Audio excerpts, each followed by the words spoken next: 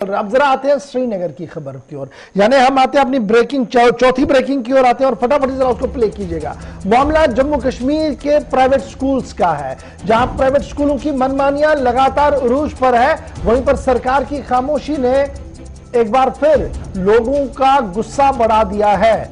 जिस तरीके से कल प्राइवेट स्कूल एसोसिएशन ने ट्रांसपोर्ट रेट की बात की और ट्रांसपोर्ट हाइक करते हुए, चार्जेस को हाइक करते हुए साफ कर दिया कि आने वाले दिनों में अब इसी तरीके से चलेगा। वहीं पर आज श्रीनगर के अंदर भी कई लोग इस पर नाराज दिखे। जम्मू और श्रीनगर के अंदर पेरेंट्स लगातार इस पर सवाल उठाते हुए नजर आए और कहा कि सरकार और डायरेक्टरेट ऑफ एजुकेशन जिस तरीके से खामोश है और सरकार जिस तरीके से खामोश है, उसकी वजह से सरकारी तंत्र के बजाय एक प्राइवेट निजाम चलने की कोशिश की जा रही है, जिससे आवाम को काफी परेशानियां हो रही है। ट्रांसपोर्टर्स का मामला है, क्योंकि आपको याद होगा कि पिछले कई सालों से यह मामला कई बार सुर्खियों में बना और निजी तालीमी इदारों में स्कूल बसों के लिए किराया मुकर्रर किया गया है। 5 किलोमीटर के लिए माहाना किराया अब 1950 रुपये तक होगा और इसी तरीके से फिर अगर आप आगे बढ़ेंगे तो हर किलोमीटर से आपको आगे जाकर रेट्स तब्दील होनी है 2450 रुपया 10 किलोमीटर तक, और उसके बाद और भी पैसा जो है वो देना होगा। जब ये सूरत हाल हमारे सामने आई तो लगातार हमने भी कोशिश की थी कि कई लोगों से बात करें, सरकार के नुमाइंदों से बात करें, लेकिन हाथ खड़े कर दिए गए, बार बार ये कहते हुए कहा कि ये उनकी जुरिसडिक्शन की बात नहीं है। तो अगर सरकार ये कहे कि ये उनके जुरिसडिक्शन की बात नहीं है तो मामला क्या अदालत लेकर जाना है या फीस फिक्सेशन कमेटी जिसके जिम्मे ये काम था वो भी out of their own will सामने आकर फैसला करेंगी कि आखिर क्या कुछ करना है। खुर्शीद अहमद साहब हमारे साथ ज्वाइन कर चुके हैं, पेरेंट एसोसिएशन कश्मीर के सदर हैं जी। इनसे जरा गुफ्तगू करते हैं और समझने की कोशिश करते हैं कि ये जो प्राइवेट स्कूल एसोसिएशन ने गाड़ियों transport private school bus association ने जो ट्रांसपोर्ट का इजाफा किया है, इसमें किराया का इजाफा, वो किस तरीके से इसको देख रहे हैं। खुर्शीद साहब बहुत शुक्रिया जी ज्वाइन करने के लिए।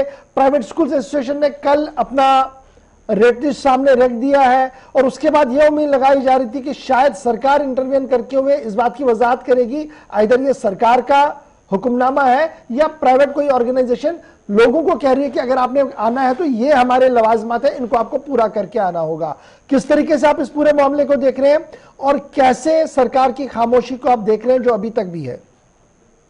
अस्सलाम वालेकुम गवर्नर साहब, पहले तो ये हमारी बदकिस्मती है कि जो ऑर्डर्स गवर्नमेंट की तरफ से आने चाहिए वो आजकल प्राइवेट स्कूल एसोसिएशन की तरफ से आ रहे हैं। ये जो इन्होंने एक, जिसको मैं लूट कार्ड कहूंगा, एक लूट कार्ड जो इन्होंने कल प्रेस रिलीज करके दिया कि पेरेंट्स को ट्रांसपोर्ट फीस 0 to 5 किलोमीटर 1950 रुपए, उसके बाद 5 to 10 किलोमीटर 2450 रुपए भरना होगा।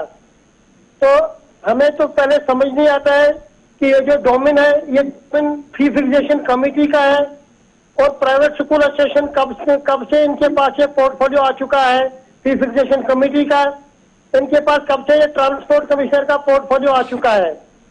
तो यहाँ पर मैं सरकार से भी सवाल करूंगा, क्या is it not the violation of rules and policies of government कि एक आम आदमी फेसबुक पे कोई भी लेटर अपलोड करके कि ये रेट कार्ड चढ़ा के कि ये जी आपको ट्रांसपोर्ट फी पे करनी है।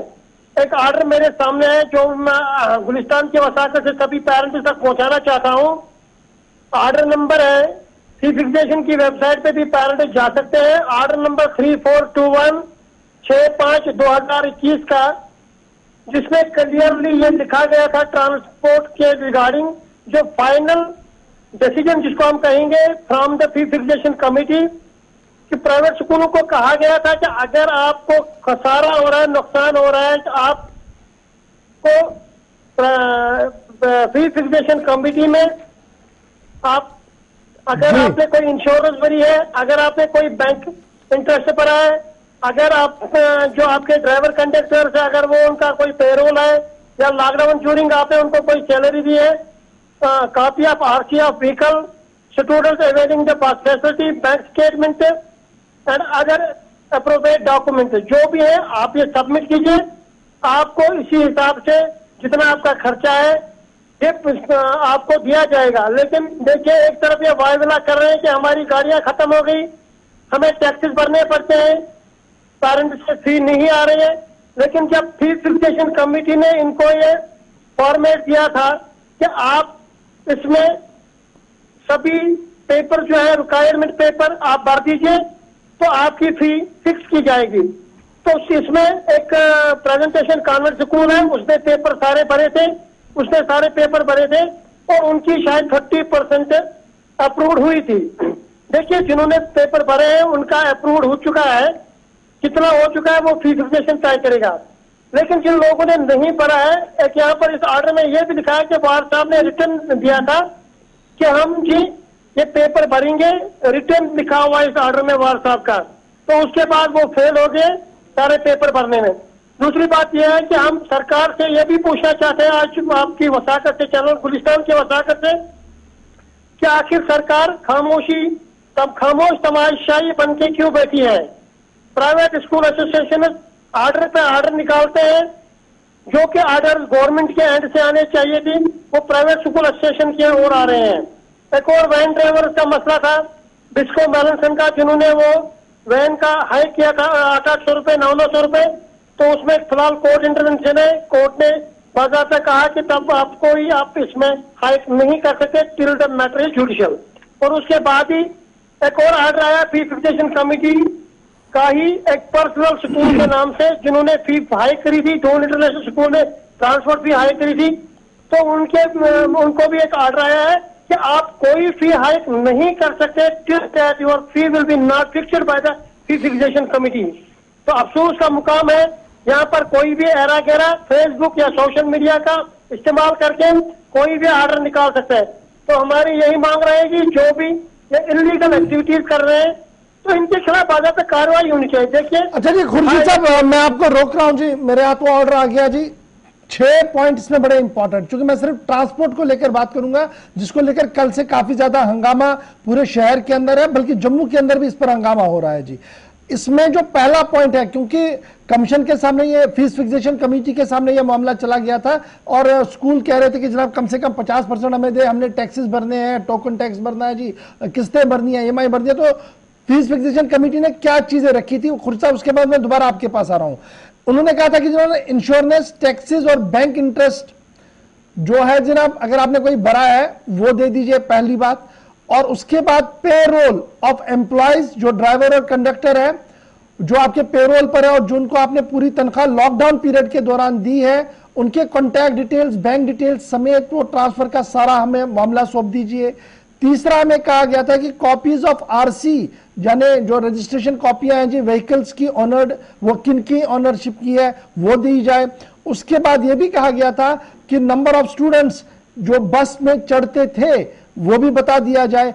बैंक स्टेटमेंट हर एक एप्लीकेंट का सामने आना चाहिए, और अगर और भी कोई सपोर्टिव डॉक्यूमेंट होगा उसे भी दे दीजिएगा, ताकि यह मामला हल किया जाए। और यह बात सही है जो अभी खुर्शीद साहब बता रहे थे, यह डेट 6/5/2021 का ऑर्डर है, 22 के अंदर दोबारा यह मामला आया है। और लगातार ये जो permission to collect transport charges for the year 2018-19, 19-20, तब उस मामले को लेकर ही फीस फिक्सेशन कमेटी ने यह बात सामने रखी थी। तो बड़ा सवाल यह है कि कमेटी ने अपना काम तो किया, क्या प्राइवेट स्कूल ये सारे डॉक्यूमेंट लेकर गए, ये एक बड़ा सवाल है। और दूसरा सवाल यह है कि क्या एक ही एंड पर सब कुछ चलेगा, कि किसी ने कह दिया और सरकार ये कहेगी कि ये मेरा जुरिसडिक्शन नहीं है।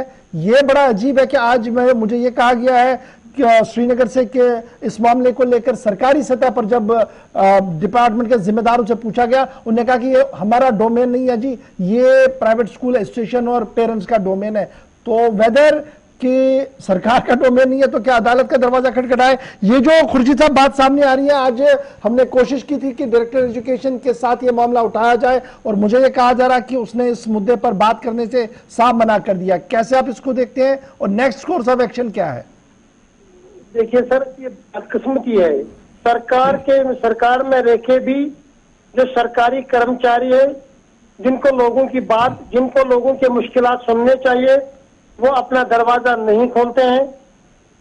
पेरेंट्स का जो फर्स्ट ग्रीवेंस सेल होता है, that was the director school education, और डायरेक्टर स्कूल एजुकेशन में पेरेंट्स जाते हैं और वहां पर हमारे पास भी कंप्लेंट्स आ चुके हैं कि हमें वहां पर मुलाकात का टाइम नहीं दिया जा रहा है, दिन दिन भर बिठाया जा रहा है और कोई टाइम नहीं दिया जा रहा है। मैं न्यूज चैनल की वसाकत से, आपकी वसाकत से गवर्नर साहब तक ये अपील करना चाहता हूं कि खुदारा देख लीजिए कि पेरेंट्स के साथ जो इस समय जुल्म हो रहा है, जो ज्यादतियां हो रही है, प्लीज इसको देख लीजिए। आखिर शिकायत करे तो करे कहाँ पे?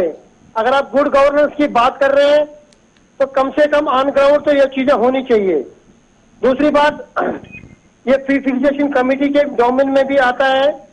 हमने आज जहां तक आपने सवाल किया कि पेरेंट रजिस्ट्रेशन का अगला जो फ्यूचर ऑफ एक्शन होगा वो क्या है, हमने अभी मेल की है आज फी फिक्सेशन कमेटी को मेल की है, बाकायदा लिखित में मेल की है जी कि इस तरह से मसला है, जो पेरेंट्स को ये जो फी बढ़ाई गई है without any approval of the fee fixation committee, जी तो उम्मीद है आज या कल तक उनके एंड से कोई जवाब आएगा, कोई ऑर्डर निकलेगा। मेरे हिसाब से तो कोई ऑर्डर निकलना चाहिए बाकायदा। चलिए बहुत शुक्रिया जी खुर्शीद साहब हमारे साथ ज्वाइन करने के लिए। जनाब, मामला तालीम का था, बच्चों का था, वालिदैन का था, स्कूल का था।